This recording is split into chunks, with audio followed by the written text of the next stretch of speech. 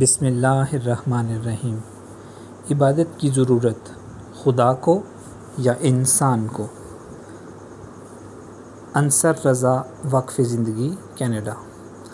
قرآن و حدیث کے اس مطالعے سے معلوم ہوا کہ اللہ تعالیٰ کی دی ہوئی نعمتوں کا شکر ادا کرنے اور مدد مانگنے کا بہترین طریقہ نماز ہے۔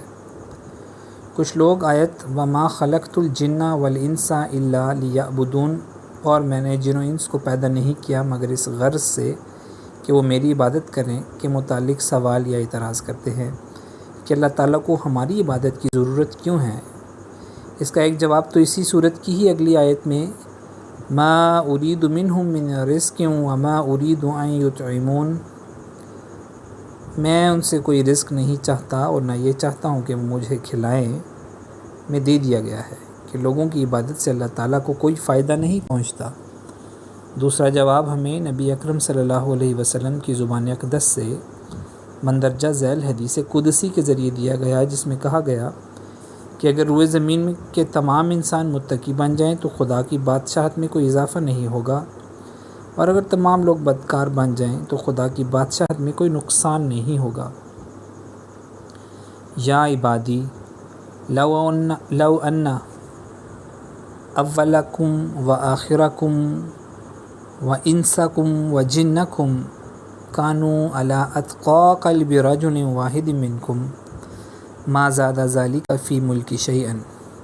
یا عبادی لو ان اولکم و آخرکم و انسکم و جنکم کانوا علی افجر قلب رجل واحد ما نقص ذلك من ملکی شیئا۔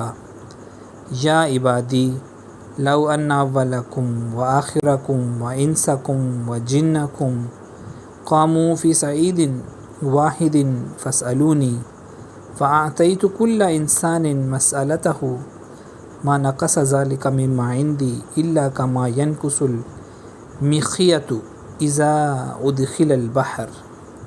صحیح مسلم۔ اے میرے بندو، اگر تمہارے پہلے اور پچھلے، تمہارے انسان اور جن تم میں سے سب سے زیادہ متقی انسان کے دل کی طرح ہو جائیں تو اس سے میری بادشاہت میں کوئی اضافہ نہیں ہوگا۔ اے میرے بندو، اگر تمہارے پہلے اور پچھلے اور تمہارے انسان اور تم جن اور تم میں سے سب سے زیادہ بدکار انسان کے دل کی طرح ہو جائیں تو اس سے میری بادشاہت میں کوئی کمی نہیں ہوگی۔ اے میرے بندو، اگر تمہارے پہلے اور پچھلے اور تمہارے تمام انسان اور جن ایک میدان میں کھڑے ہو جائیں اور مجھ سے مانگیں اور میں ہر انسان کو اس کا مانگا ہوا دے دوں تو اس سے میری بادشاہت میں اتنی بھی کمی نہیں آئے گی جتنی سوئی کو سمندر میں ڈبونے سے اس کے پانی میں آتی ہے۔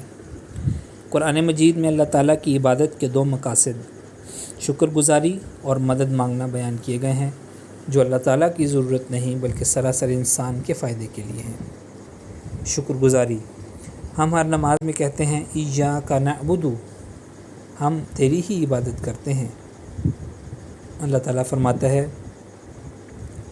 وَاشْكُرُوا لِلَّهِ إِن كُنتُمْ إِيَّاهُ تَعْبُدُونَ، اور اللہ کا شکر ادا کرو اگر تم اسی کی عبادت کرتے ہو۔ البقرہ۔ یعنی اللہ تعالیٰ کا شکر ادا کرنے کا بہترین طریقہ اس کی عبادت کرنا ہے۔ اسی طرح فرمایا کہ لوگوں کو بھوک میں کھانا ملنے اور خوف میں امن حاصل ہونے کا نتیجہ یہ ہونا چاہیے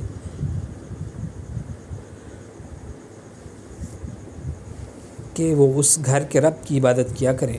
فَلْيَعْبُدُوا رَبَّ هَٰذَا الْبَيْتِ الَّذِي أَطْعَمَهُم مِّن جُوعٍ وَآمَنَهُم مِّن خَوْفٍ، پس وہ عبادت کریں اس گھر کے رب کی جس نے انہیں بھوک سے نجات دیتے ہوئے کھانا کھلایا اور انہیں خوف سے امن دیا۔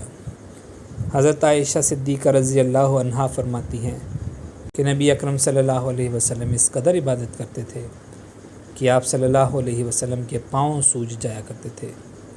میں نے کہا یا رسول اللہ صلی اللہ علیہ وسلم، آپ اس قدر مشقت کیوں کرتے ہیں جب کہ آپ کے اگلے پچھلے سب گناہ معاف کر دیے گئے ہیں؟